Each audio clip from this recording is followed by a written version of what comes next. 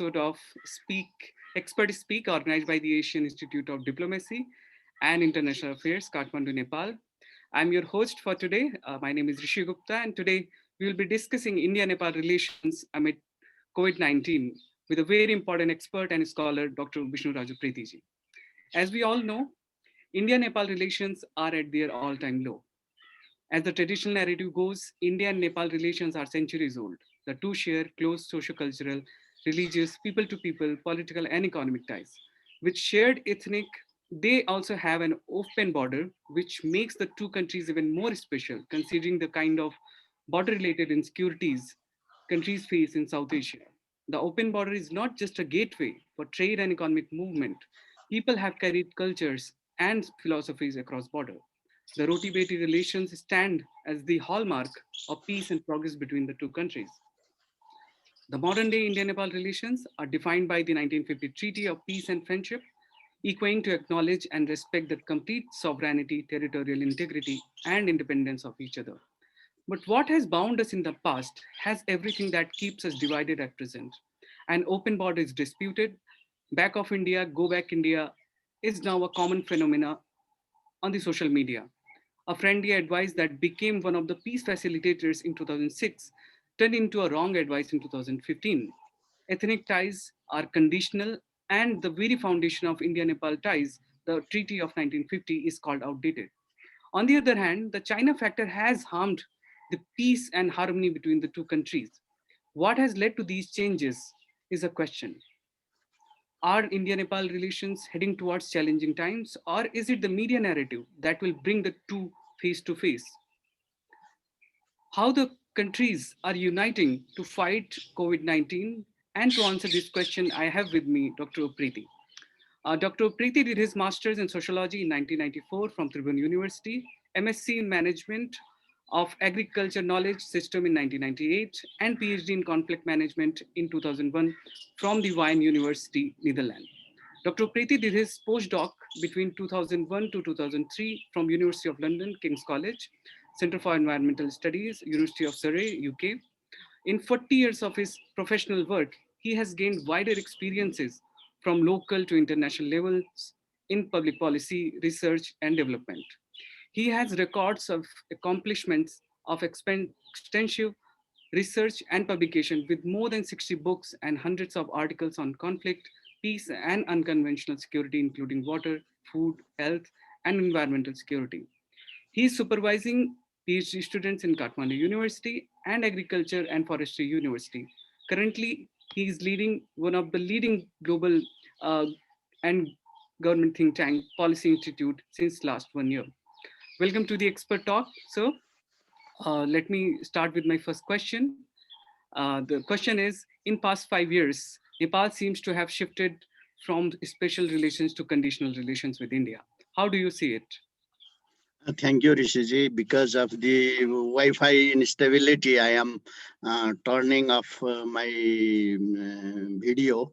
So thanks for giving this space to share my perspective on that. In your first question, first of all, Nepal's foreign policy is always guided by certain fundamental principles like mutual respect for each other's territorial integrity and sovereignty, non-interference in each other's internal affairs, respect for mutual equality, non-aggression and peaceful settlement of the dispute, cooperation for mutual benefit, abiding faith of the UN Charter, and the value for the peace. These are the established principles on which Nepal's foreign policy is based. In that context, in the past and the present, our relations with India, China, and all other countries are guided by these principles, and no shift, in fact, in Nepal's policy, as you indicated. Further, I feel it is more appropriate to use the term multidimensional relations instead of a special relation, which is better characterized for Nepal-India relation, because we have not only government to government relation, but also very strong people-to-people relation at the non-governmental and professional level, business level, at the media, at the academics and researcher, activists, religious community, all that. What does this mean? It has the multifaceted relation with India, and our relations are also shaped by the interdependence. The common notion is that Nepal is dependent on India, but in fact, India is also dependent on Nepal. Nepal is dependent on India. For example, water resources. The historically political leaders and freedom fighters from both countries were sheltering to the other country. Likewise, there was a remittances issue. The amount of the money Indian gets from Nepal is more than the amount of remittances Nepali get from India. So the open border issue, all these shapes are interdependent. So in that sense, it has a very multidimensional interdependent relationship between these two countries. In that way, I see. And we are two independent sovereign country, and our relation is also based on sovereign equality, irrespective of the different in size of the country or population of the countries or economy or zone of influence.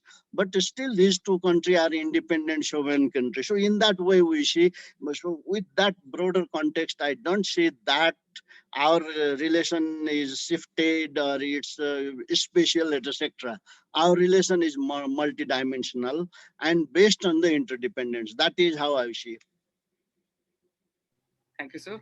Uh, I reach out to the other question, and often when we are writing as a young scholars and when we read the literature on India-Nepal relations, the phrase deep-rooted socio-cultural, religious, and people-to-people relations to define India-Nepal ties is often overused. Personally, I feel that in most of the literature, the term has been overused, which has often led to ignorance of the actual issues between the two countries, and that is reflected in a lot of talks. So, as a scholar and expert on peace and conflict, what would you suggest to make it more timelier? As you have already suggested few things, what would you suggest in the writing sphere or the scholarly sphere to make it more timelier? So you see this, as a matter of fact, one issue, deep-rooted socio-cultural, religious, and people-to-people relation is between these two countries is the reality. It is the factual reality because we have that ties. And of course, once there are people and the country's interest, foreign policy is for that. So it is not exaggeration for me. It is really shaping one of the important factors influencing the our ties or relation between the two countries. Both countries are following the foreign policy principle outlined in their respective constitution and also their foreign policy guidelines. So, being a neighbor, different issues to be tackled that could come and they have to be dealt based on the foreign policy principle. Both countries always do that, considering their sovereignty, equality, new and fastly changing global and regional orders are also posing new challenges. And there, you are correct that we have to look on these issues and examine the challenges and opportunity in our existing bilateral relations. And these challenges are, for example, the migration, the climate change effect, trade, as well as extremism and radicalization type of the activities.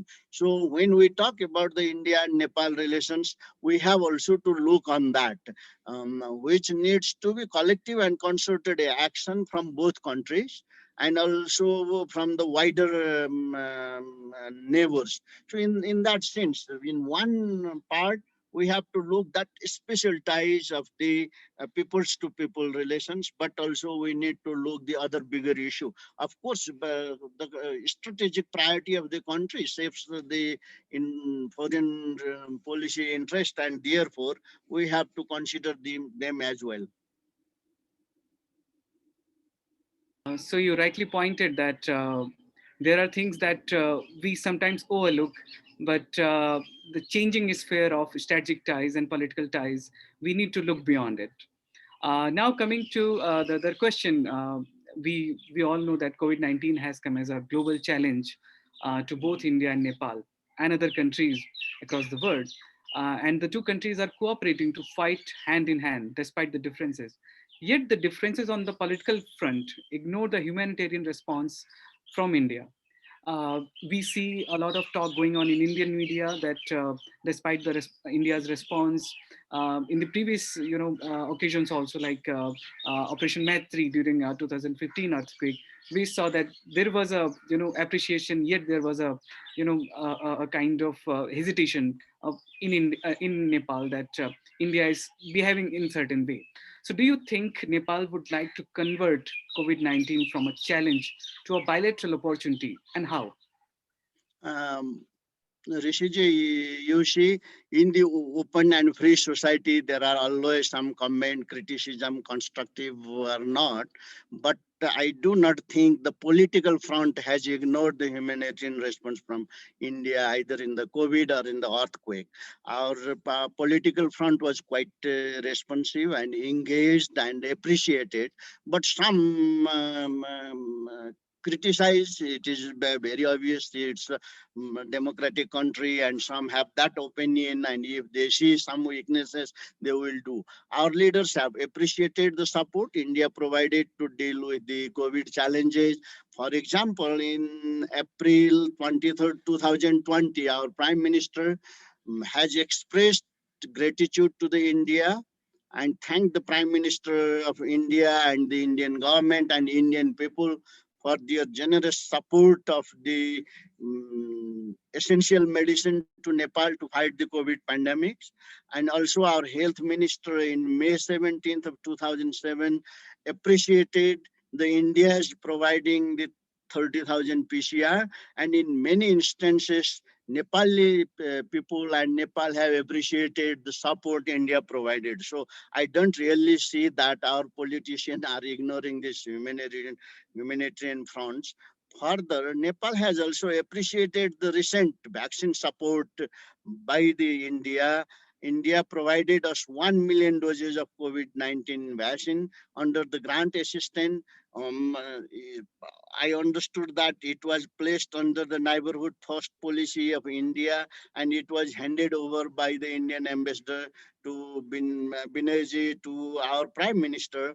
And there was a special occasion to appreciate that in the prime minister office, and also our prime minister especially thanked, extended the warm appreciation to the Indian Prime Minister, Indian people, and Indian government for their generous support in the time of the crisis. So I don't really think that Nepali political front has undermined it, but there are some criticism and comment, particularly when you talk about the earthquake, 2015 earthquake. There was some um, irregularities or anomalies, mainly from the media side. And because of that, there was some criticism. But we have appreciated the support of the India at the time of the crisis. The COVID support is always appreciated. Even I didn't see any criticism from any front when India was supporting us.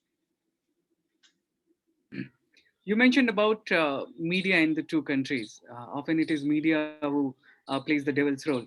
Uh, Considering the things that have happened especially in past 5 years, beginning with the implementation of new constitution in Nepal, how do you see the role of media in Nepal and India relations? Do you think the absence of responsible journalism, when I say responsible, I say with all responsibilities, the absence of responsible journalism on the part of Nepalese and Indian media houses have caused considerable damage to the bilateral ties?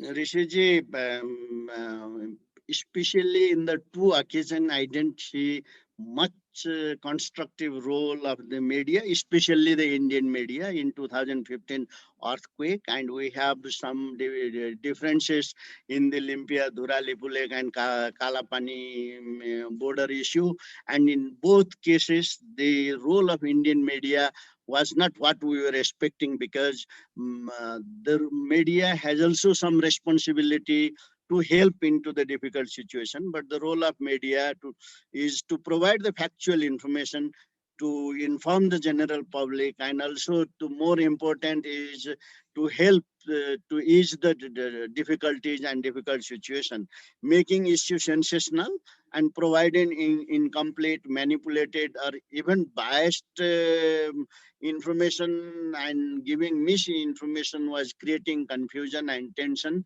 That was the reality. The role of media in both countries were somehow very superficial, not based on the strategic importance of the countries, but also sensational and one-sided. That realized. I realized that the vast majority of Indian people were not much aware about the ongoing changes in Nepal and the Indian media, because I was the coordinator of the special study group composed by the government of Nepal. And at that time, what Indian media was reporting about the Lipu Lake, Limpiadura, and Kalapani area was factually wrong.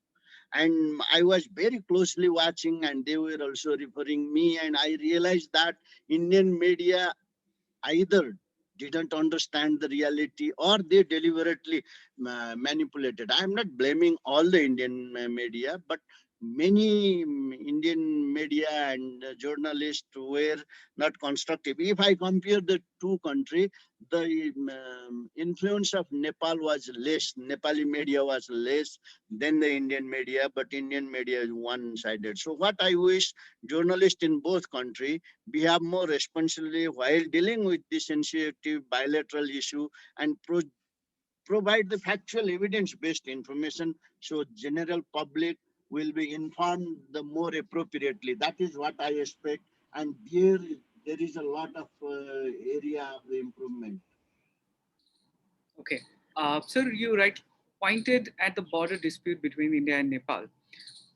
Do you think the kind of conversation we have started, like the two countries have again restored the bilateral talks, do you think that the two will be again on the same platform as the bonhomie was there between the two countries?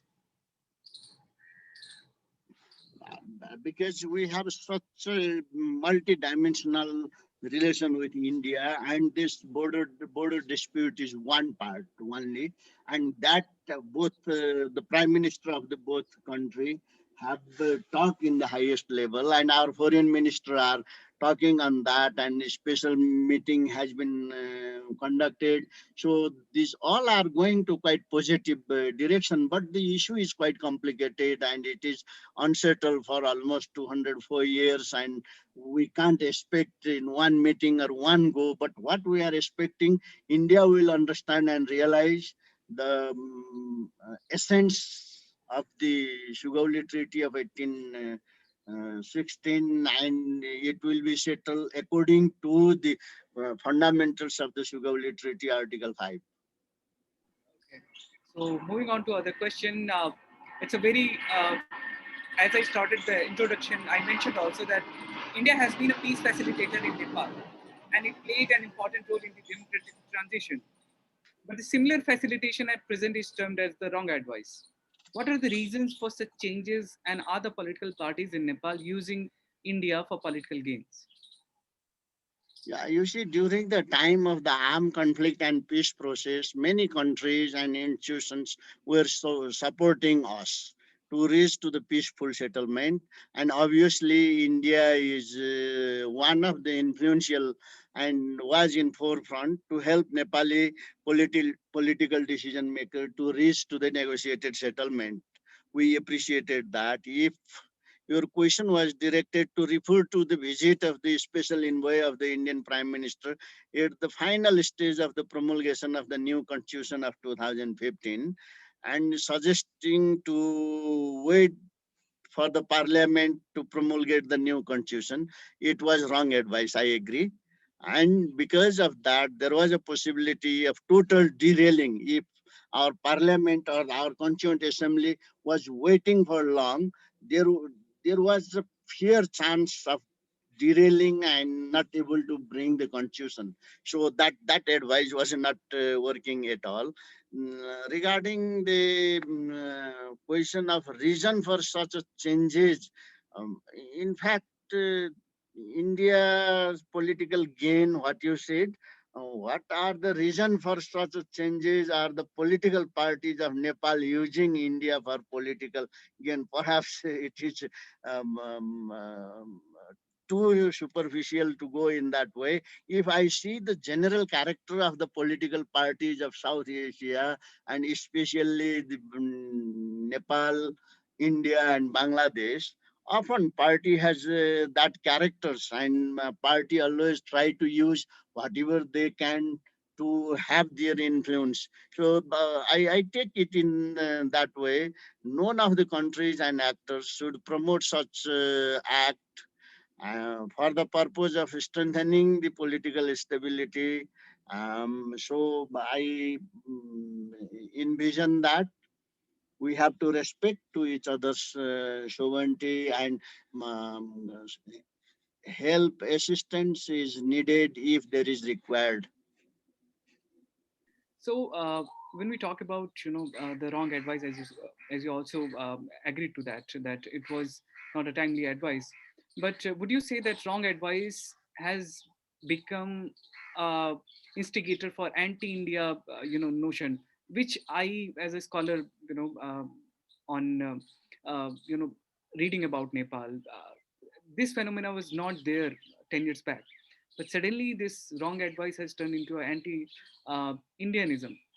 Does it not create a political, environment in Nepal? I think my last visit also to Nepal was somewhere I felt that being Indian, there is kind of the welcoming note has gained lesser, importance now. So, do you agree to that?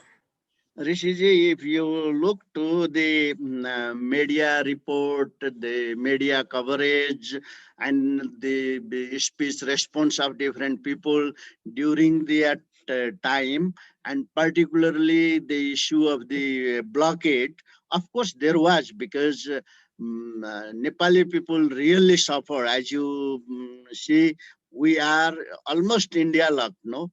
And if supply is obstructed in this or that name, and then at that time it was the real crisis, and that was the strategic mistake India made, in my personal opinion.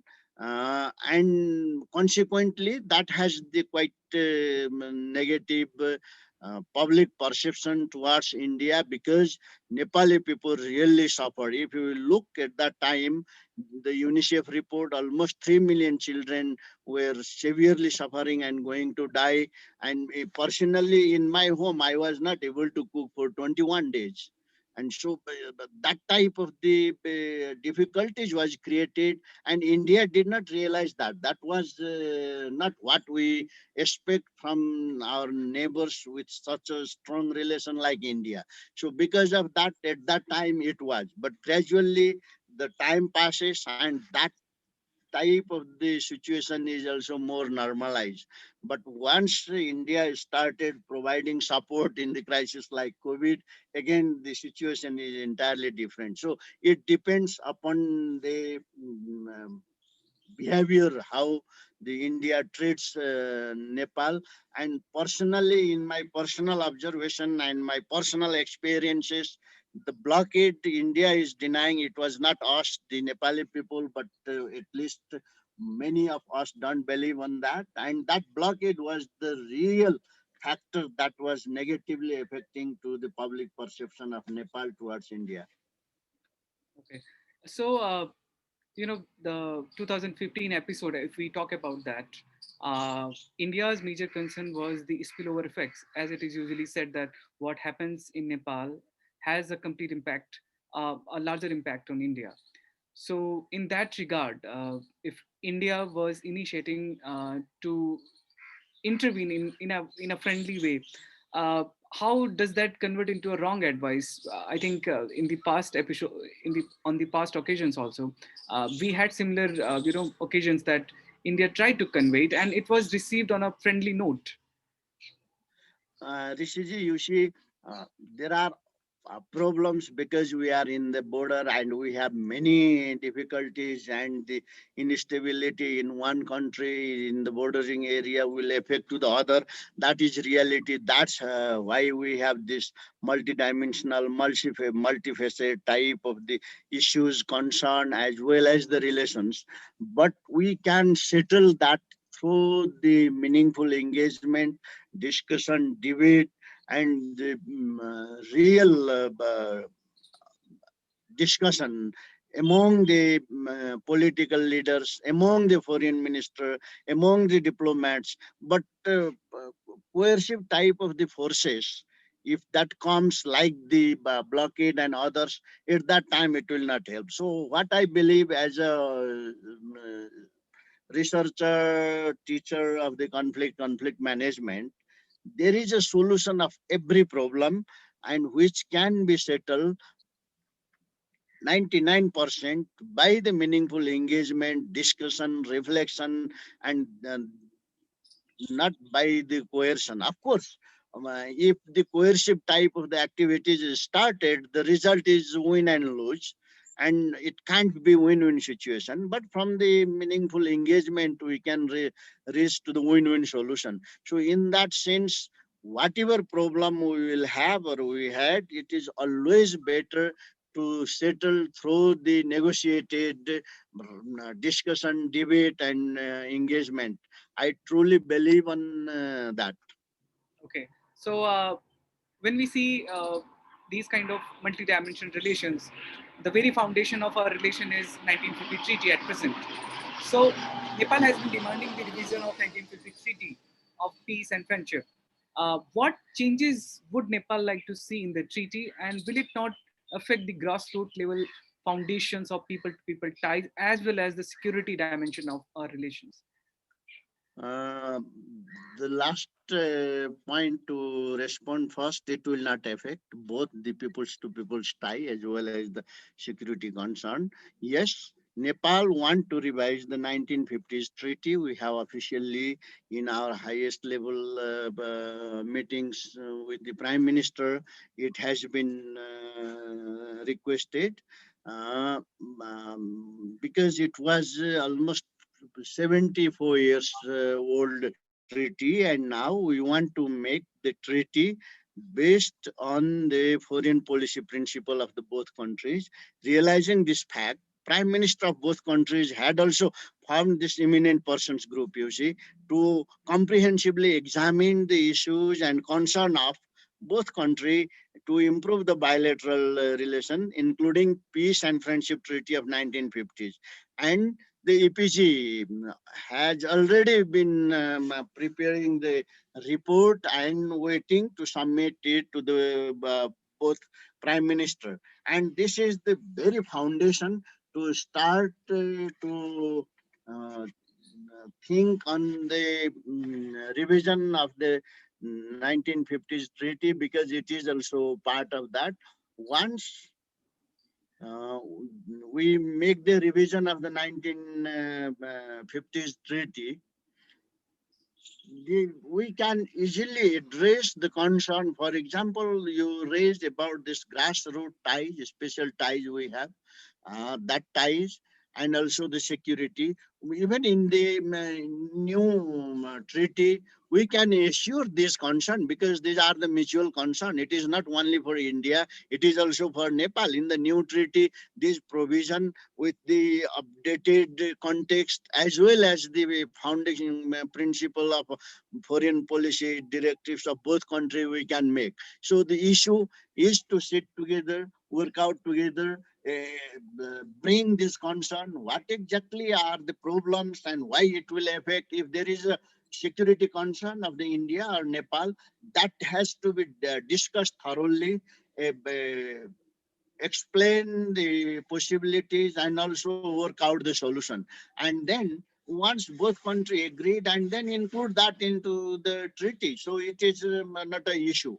And it can be nicely dealt and addressed. We have to do that because the security concern and peoples to people relation, these two are the fundamentally important element of our relation as well. So we have to assure that. but that can be done. The first and foremost for me as a researcher is the acceptance of the report as the basis to work further by the two countries. Foreign ministries have to work on that. Look the report, what are the recommendations, whether they are possible to apply or not. If not, how they can be implemented.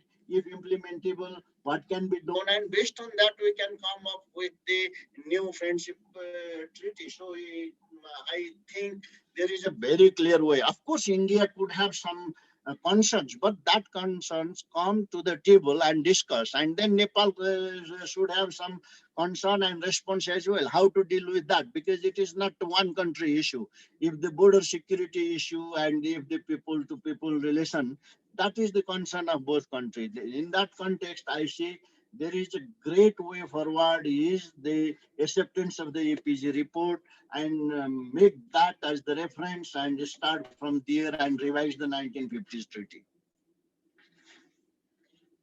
Rightly suggested. I think from 1950s, coming to the other side of the story, from 1955 itself, when Nepal forged its ties with China, uh, there were certain writings and news reports in media discussing that China has become a major factor in India-Nepal relations. Obviously, Nepal as a sovereign country has the right to forge ties with any of the countries, and it has also national interests. But in past one decade, we see that China has emerged as a strong player in Nepal. Many of many of the scholars and the strategists indicate that it is a strategic fallout between India and Nepal. Do you buy that argument, or do you see that in that regard? Rishiji, you see, China is influential not only in Nepal, it's influential within India, and it's also in South Asia and globally. But for us, both India and China are supporting our development. They are helping us in different types, scale, and nature of the investment and the projects, and that we always welcome. We appreciate their support because we are in the process of the fundamental transformation, and we need to do large scale infrastructure development. We need the trade promotion. We have to reduce the trade deficiency. So in that case, we always welcome the support of any country which has not affected the mutual relation. So we didn't see that India versus China. For us, these two countries are important in their own, and we don't see that because of Chinese support, the Indian side is affected, or we don't see that because of the Indian support, Chinese is affected. It is not. Both of them are supporting as per our need and interest.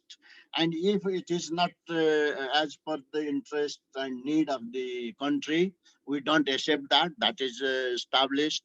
And in that sense, I don't see really that one country versus another. We appreciate the large scale investment from both countries more and more again, and that, for example, rail transport network, renewable energy, infrastructure development, trade related issues, these are our core concern, and there we need the support of the international collaborator, our big neighbors who have that capacity to support. We always appreciate, but we are equally concerned that we don't want to affect the interest of the another country. We will not play with that. We have this Panchashil principle. We will be, as I earlier at the beginning said, that we will be really focusing to the interest of our own country without affecting to the interest of the other neighbor. So in that respect, the mutual equality is our fundamental principle, and by which we work. And in that sense, I really don't say that engagement of China will undermine the democracy or will undermine the Indian support, etc., and vice versa. Uh, Sir, you said that China has been supporting the development and trade partnership. It is important, playing an important role right now. But do you see the Chinese influence or the Chinese role is limited to these sectors only? Because when we talk about it, the democratic movements in Nepal had one thing in common. In Nepal's commitment for not allowing external interference. Uh, but while India has had its, cautious, steps, and India has started, moving towards, that kind of choices. Don't you think Nepal allowing the same to China works against the ethics and spirit of democracy in Nepal? Because we cannot deny the kind of Chinese presence in the political domain at present. Rishiji, first we have to understand the geostrategic interest of this the big country. Why India view in that way? It's up to the Indian to see. I can't say anything why India view on that. But what we see, we have the firm stand on the non-interference from any external player, either India or China or USA or any. We are small in size, but as I shared earlier, the sovereign equality is the same. Our prime minister repeatedly raised that concern at the highest level. So, for me, the non-interference is our fundamental principle. We have not realized any interference so far, and however, if it occurs, we do not accept that type of the interference, neither from China, nor from India, nor from any other country. In this respect, it is important to refer to the statement of the foreign minister. Our foreign minister made earlier. We always maintain with our neighbors. We never compare our relations with our friends. So within that framework, what I see, we didn't see any threat from the China or India for our democracy. If there is a threat, it is from our own internally. If we are not able to manage ourselves, it may be a threat. And at that time, maybe some suggestion or some opinion from external will come as per their perspective. But first and foremost, to strengthen the democracy, to achieve the stability, peace, and economic prosperity, we internally, we Nepali people have to do. And sometime we have problems, sometime we are successful, but that is how the developing countries and developing society work. So in that sense, I really don't see that there is a threat to the democracy, there is a threat to other countries' interest because of the engagement of one country. That is how I see Rishiji. Okay, so coming to my last question, and it is more of on a qualitative front, which is since 2014, we see that China's investment in Nepal has overpassed India. Uh, Considerably, India's investment is very low now. How different is the Chinese investment from India in Nepal? And do you think large investments from India will make a difference in Nepal India relations? And what are the other areas of cooperation that can infuse trust between the two countries? You see, only investment is not the determining factor between the two countries. Of course, we are looking for the large scale investment for bigger infrastructure, and India is also helping on that, like in the Arun project and others. But still, we expect more from there. Some of the support provided by India are strategically important, and one or two area I see personally where the improvement can be easily made is the delaying, because the one character of many of the Indian project is it takes so long, like Rajmarg, for example, you see. So, first, the Indian support is appreciated. Second, we expect large infrastructure investment from India, and it will of course make the differences because if Nepal has the problem, it will have the effect in our neighbors. So in that sense, if we are prosperous, if we are economically strong, it will help to the India and China and other neighbors as well. So in that sense, that's why I said the mutual interdependence. We have huge potential of the water resources development. We have huge potential for the renewable energy promotion. We have huge potential for the largest scale infrastructure development, and there we need the huge investment. So this huge, we expect from China, we expect from India, we expect from other countries. Small project we can do ourselves, and whatever India is helping in the small project, I hope India will consolidate that and is concentrate on the bigger, larger project, and it will have more bigger impact, economic impact, social impact, and it will have the bigger bilateral impact as well. Okay. So, any closing remarks, sir? Basically, I want to bring a few points, which I think, personally, I think it is quite important for our two countries to consider.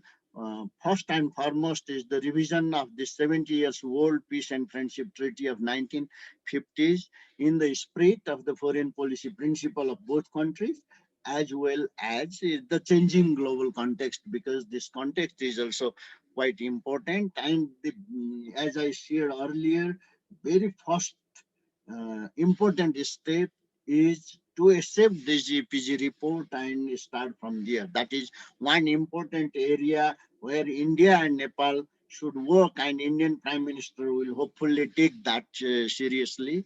The second, Nepal is always looking for the cross-border connectivity, and both countries are discussing that since long, as Nepal is a landlocked and it is our priority, and there we expect more concrete and broader engagement. The third, I think, is India is our largest trading partner, and the trade deficit with India is really huge, and therefore reducing this trade deficit is our priority, and there we expect the India support and collaboration. Um, Investing in the largest scale transportation network, renewable energy, and the other important common factor, not limited to the India and Nepal, is the collective action for addressing the common challenges posed by these global change processes like the climate risk, the migration, and other many poverty, inequality, injustice. All these issues are common, and therefore we have to work. And what I say is that India has helped us in many sense, and still we want further engagement, further support, and settle any differences amicably with the mutual respect and mutual trust by the engagement and dialogue and debate. That is quite important, and I hope these two countries, the leadership of both countries, will consider these points, and it will reach the new height of the two countries' relations. Okay. So, thank you, Dr. Preeti, for your insightful comments and for giving your precious time. I hope you're enjoying the festival today. Happy Losar. And with this, we close this episode of AIDA's Expert Speak. I'll be back with another episode. Till then, stay tuned and stay safe. Namaste. Thank you, Rishiji, for giving me the space to share that. Have a nice time, and